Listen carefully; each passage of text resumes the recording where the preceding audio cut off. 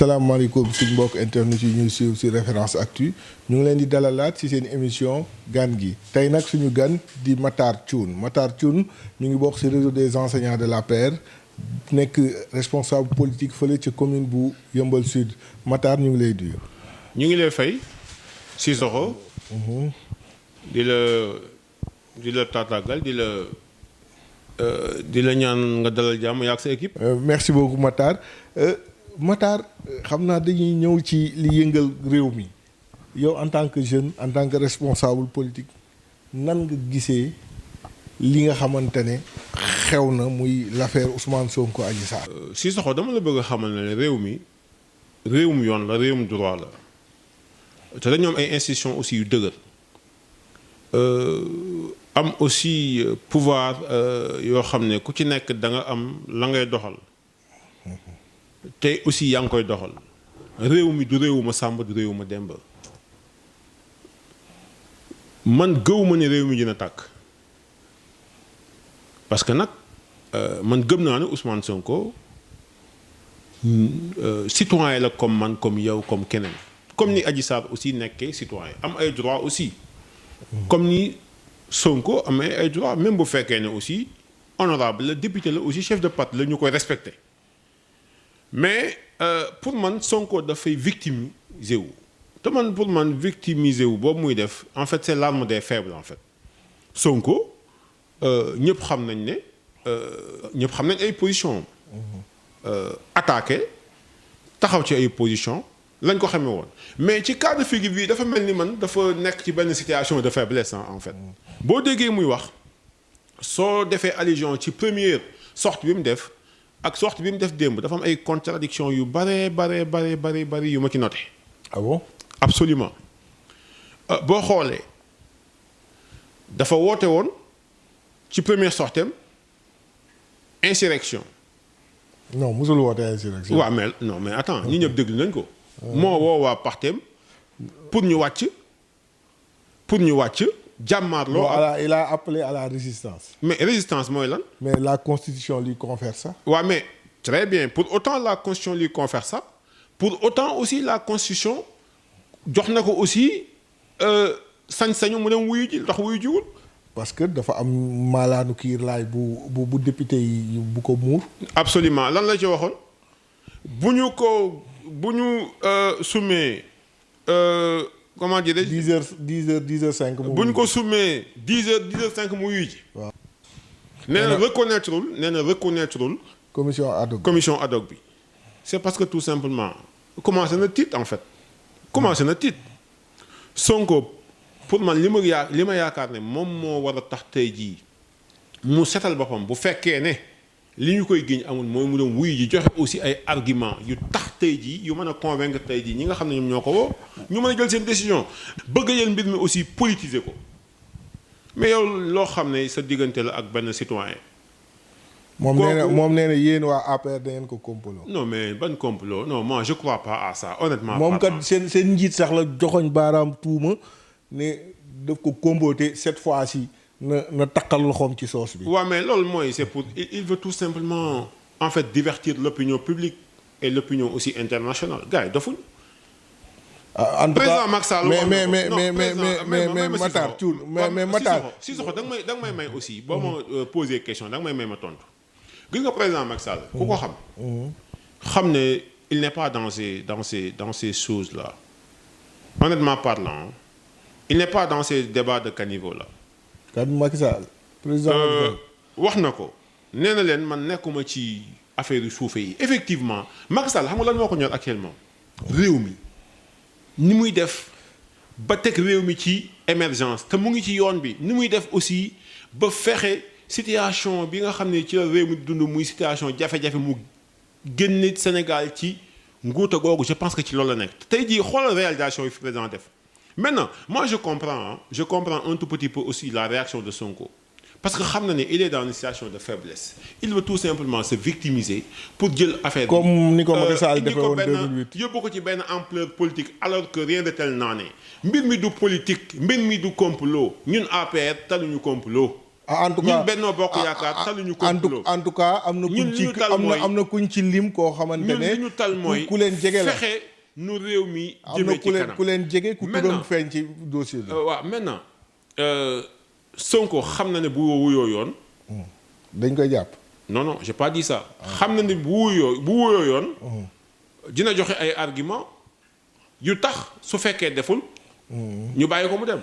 lu tax nanguwul wuyu parce que il n'a pas d'argument. xam nga lan mooy son seul argument xam nga lan la. c'est tout simplement affaire bi politique la Macky Sall nii Macky Sall n'a même pas le temps. dinaa wax benn affaire Macky Sall ne pense même pas à Ousmane Sonko. contrairement à ce que les gens pensent. du nga xalaat. non bokkul sax ci ay schéma xam nga Macky Sall lan moo ne schéma actuellement. nu mu fexee nee naa la nu mu jëmalee réew mi kanam. Macky Sall kuy comploter sax di ñëw ci moom du la sax déglu.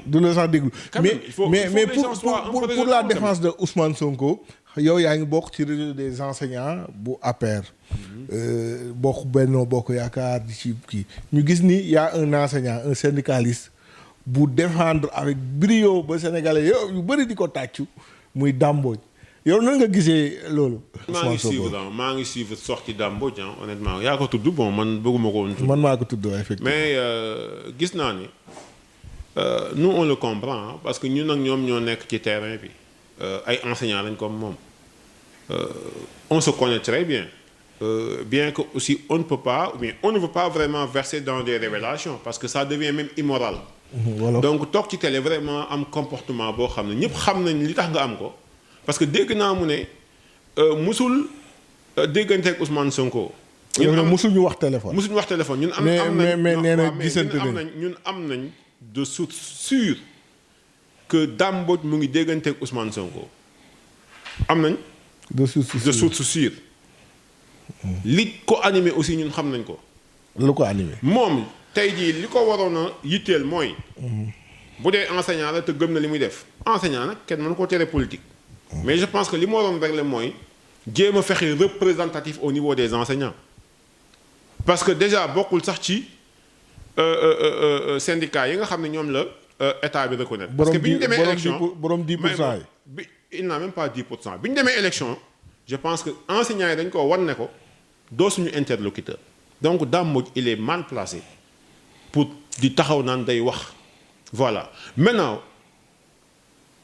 ñun enseignants yi ñun réseau des enseignants mayetuñ ko te dootuñ ko may que muy taxaw di génn di wax quoi que ce soit le président Macky Sall. c'est-à-dire arrogance bi mu àndal te président Macky Sall du moromam c'est-à-dire Dame Mbodj da nga koy dégg mu wax nga xam ne kii il est arrogant Sénégalais yi xaaruñ loolu ci ñun nit mën nañ la may nga défendre sa position. mën nañ la may nga wax li nga xalaat parce que ñun APR lañ bokk dañ koy revendiquer. On ne peut pas en fait. forcer à Dame Mbodj mu ñëw rejoindre ñu am na droit far fu ko neex. mais na ko def avec élégance na ko def aussi ak dëggu. parce que des fois da ngay dégg moo xooy xam da lay wóor ne waxi nax sax li muy wax. naka chance voilà c'est ça et puis aussi bu nee mosul déggante ak Ousmane Sonko nous on a des preuves que vraiment il est en connivence avec Ousmane Sonko. voilà c'est ça. da ngay politique enseignant nga mais yow yaa ngi nekk ci commune bu Yeumbeul Sud. commune bu Yeumbeul Sud nag mu am un maire opposant à votre régime muy monsieur Bara Gaye di un maire gars yi nee na sax c'est le meilleur maire du département de Pikine yow nan nga gisee liggéey bi muy liggéey foofu noonu. waaw mais xam nga Bara sama xarit la mais s'il se permet vraiment jël ay booyam ñu nekk ci réseaux sociaux yi def ay sondages yoo xam ne qui n'existe que de nom à chaque fois chaque année mu naan maay meilleur maire de Yeumbeul et cetera loolu dafay nax boppam. mais ces réalisations mi ngi foofu. Yeumbeul ñun xam nañ la fa nekk. Yeumbeul boo duggee Yeumbeul. xam ne depuis maire ya fa jaar yëpp. mon ami Bara est le maire le plus nul des maires. ah bon dans l'histoire de Yeumbeul. dans l'histoire de Yeumbeul mais dafa neex parce que le président Macky Sall est là avec l'acte 3 de la décentralisation dafa conférer actuellement ay sañ-sañ yu bari maire yi jox leen aussi ay possibilités ñu liggéey. ba pare di leen accompagner. maintenant soo bëggee lépp lu fa nguur def nga taxaw ne yow la. ah mais moom nee na tabax na école woo nguur na leen tabaxal naa leen école te wax na commissariat woo ay si jamono Aly Ngouille Ndiaye ne ko commissariat ngoog yooyu yëpp mu def ko te neen sur fonds propres ak PPP donc kon moom liggéeykat la de grand. waa mais c'est-à-dire yow yaa ngi may wax naan ma jox nga sa dépense jël nga sa dépense jox sa jabar ba mu mat. mu toggal la ginaar nga naan ko jërëjëf effectivement war nga ko ne jërëjëf. parce que dugg waañ dafa metti mais Bara Gaye réalisation yi mu def au niveau de Yeumbeul yëpp war na ko gërëme le président Macky Sall. ah bon. absolument te am na yu bari yoo xam ne defa ko fa état ko fa def mais day wër carrément nan moo ko fa def. te wax na fa tamit dispensaire bu bees bu mu tuddee Pakoti. mais loolu aussi bu ko deful aussi ñu kii ko Bara Gaye def na fa ñaataat. bon ñaata de. léegi bu ko Macky Sall moo organisé wul. élection mais jeexal na depuis 2019. voilà c'est ça maintenant tout ce qu'il fait là bon dafay lëre nit ñi rek mais mooy li ma la wax c'est le maire le plus nul de l'histoire de tous les temps de Yeumbeul. c'est de l'histoire de Yeumbeul. depuis 96 ba léegi depuis 96 ba léegi. moom moo ci gën a nul. moo ci gën a nul maintenant yomb na aussi ngay nekk ci réseaux sociaux yot say booy xam nga ñu lay defal ay sondage yoo xam naan ay yaay la meilleur maire ak jël dem ci marché bi jënd benn prix jox la ko fatu dugal ci loolu dafa yomb. voilà c'est mon ami nag mais je sais que ne des fois il est en train de. leurrer la population yëmbaloise. et li ci am solo mooy maintenant yëmbal yeewu nañ. yeewu nañ xam nañ kuy Bara. xam nañ ne bon il ne bon ay stratégie lay teg pour jéem a leurrer nit ñi aussi mais comme ni ma la wax rek vraiment lépp lu fa nekk. yëmbal je pense que réalisation yi fa nekk yu bari état bee ko fi def. état bee ko fa def. avec le projet Promoville bi nga xam ne tey jii désenclavement bi am yëmbal du Bara ko fa def c'est l'état te tey jii day wër ne moo fay def ay tali moo fa def ay pavage loolu day wër. mais ci magistère am la voilà mais war na ko sant le président Macky Sall mais lu tax du ko sant président Macky Sall. mais beneen bi mooy yow si sa activité. yow gis nañ ni à yëmbal yaa ngi jàppale la population lan moo waral loolu. waaw bon man je pense que su ma jàppalee la population yëmbaloise dama def sama warugar rek en fait parce que yëmbal aussi moo ma njëkk a jox li ma moom yëmbal aussi fa laa juddoo màggee fa yoroo fa nekk doomu yëmbal donc lu may def aussi je pense que yoon la parce que wax naa ko sànq ci samay biir wax gis nga état mënul nekk fépp. effectivement. état mënul nekk fépp état yow la man la keneen la ku ci nekk gox ba nga nekk bu la yàlla mayee as tuut bu dee 1000 francs la war nga jël au moins 300 def ca gox ba nga nekk. parce que loolu moom mooy acte de citoyenneté man yëmbal fa laa juddoo màggee fa activité bi ma doon def keroog muy jouer sama partition ci la lutte contre le Covid-19 joxe ay masques joxe ay gel. sama warugar la parce que école boobu fa laa jàngee. donc comme j'ai l'habitude de dire c'est là où tout a commencé. donc loolu aussi duñ ko ndamoo lu ñu war la yëmbal aussi nekk gox boo xam ne bokk na ci village yi njëkk ci Sénégal. village bu njëkk ci Sénégal. tey jii ñun ñi boo gisee amatuñ fa dara mooy suñuy maam ku musaanu ñëw rek. ñu may la dañ lay may bon dañuy dem ba yëmbal màgg na. c'est parce que tout simplement c'est un village traditionnel boo xam ne avec des valeurs. yu ñu suñu mag yi inculqué. effectivement bon muy ay valeurs yu am solo. donc lu ñu fa def rek bon daanaka. effectivement mais au-delà de acte boobu nga posé te nga xam mu nekk acte boo xam ne dañ koy saluer ci période bi. lan mooy sa ambition biir yëmbal. est-ce que yow doomu yëmbal bi nga xam ne tout a commencé là-bas. est-ce que tu ambitionnes fi sa xarit bi toog nga toog fa suba. sama xarit Bara. waaw non sama xarit Bara moom il est venu accidentellement yow tamit. xam nga ah bon par accident. non ceux qui sont avec son parti. ceux qui autant pour moi ceux qui sont dans son propre parti politique xam nañ ne il est venu il est devenu maire accidentellement moom xam na ko sax. kan Bara. moom xam na ko moo tax actuellement gémmewul kii bi donc il fait tout pour donc pour revenir à ta question effectivement man yëmbal laa dëkk wax naa ko léegi ne lépp loo xam ne ci développement yëmbal. loo xam ne yaakaar nañ ne buñ ci àndee liggéey ci ak waa yëmbal développé ñun on est prêt à se sacrifier pour ça parce que wax naa ko léegi ñun yëmbal moo ñu jox lépp. yëmbal aussi fépp fu ñu dem yëmbal la ñuy ndamoo bu ñu liggéeyee ba wàcc. yëmbal la ñuy ñibbi lu mu guddi yëmbal la ñuy ñibbi donc pourquoi pas ñu am ay ambition à la mairie. Non, je ne dis pas à la mairie. Ambition pour defar Yeumbeul, je veux dire. Ok. Ambition pour defar Yeumbeul. parce yow que yow sa ambition su ma la dégg dépassé na nekk maire Yeumbeul quoi. non man sama ambition ci Yeumbeul dépassé na. ay nekk dépassé na- maire yi quoi. non je parle même pas de nekk maire mais dépassé na fi Yeumbeul toll man dama bëgg Yeumbeul tey jii fépp fuy Yeumbeul nekk benn. joyau quoi. patrimoine national. national, mondial. Donc. waaw léegi nag ñu terminer par vaccin yi ñëw na. Covid 19 bi sonal nañu vaccin yi ñëw na nit ñi nee nañ mooy issue bi. ban message ngay envoyer aux Sénégalais. par rapport tout d'abord dañuy remercier di féliciter aussi le président Macky Sall et son gouvernement. nee na bu ñu ñàkkuwul mu maye ko. di féliciter aussi le président Macky Sall ak son gouvernement ci action noble bi mu def. li ñëpp di wër ci àdduna bi mu dem xeex ba am ci indi ci réewam je pense que loolu rek population bi war nañ ko cee gërëm.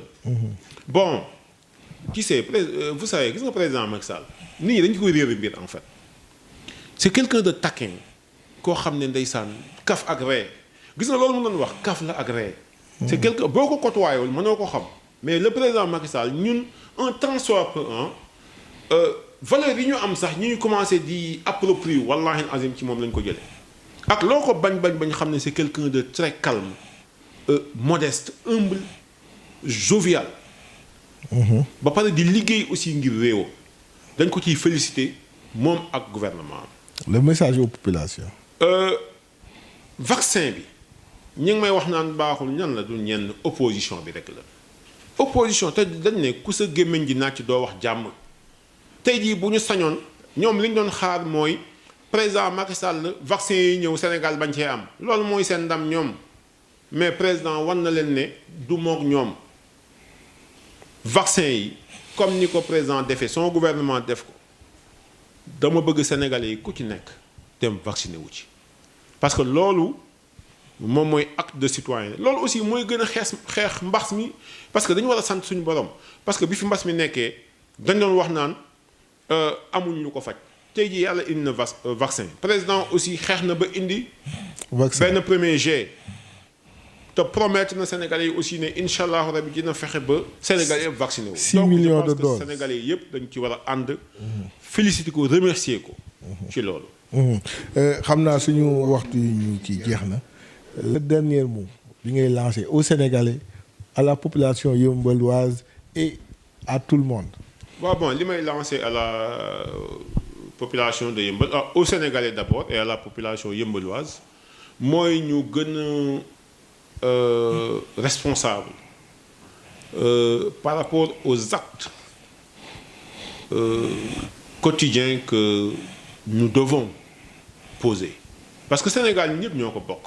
effectivement Sénégal ñëpp la. effectivement. tey jii am na ku ko wax su ma génnee ci tali bi taal pëna wala ma jël taabalu jàmbur sànni boo deful ndànk sama taabalu yaayu xarit laa sànni. effectivement. sama yaay bi nga xam ne dafa toog ci tali bi di daan dooleem nga sànni taabalam taabal boobu nga sànni dërëm boobu mu ciy am boo deful ndànk dërëm boobu du ko jariñ dara ndax du tal leneen lu dem defari taabalam jooju. donc ñuy bañ di nangu aussi que nit ñi di leen di oo ci fitna. parce que kaay ma expliquer la nag gis nga man mi lay woo ci fitna bu sama affaire neexee dootoo ma gaaw a gis de.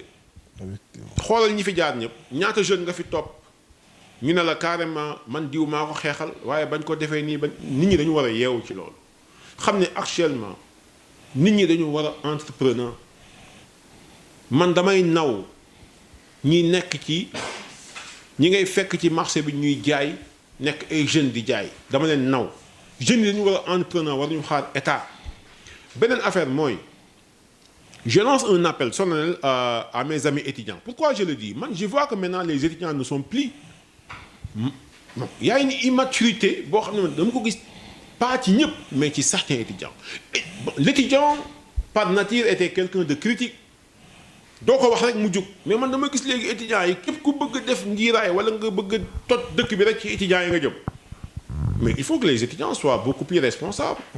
Et aussi, il faudra qu'il soit beaucoup plus regardant par rapport à ce qu'il fait. Ou bien par rapport à ce qu'il... Bon, en fait, je veux dire quoi.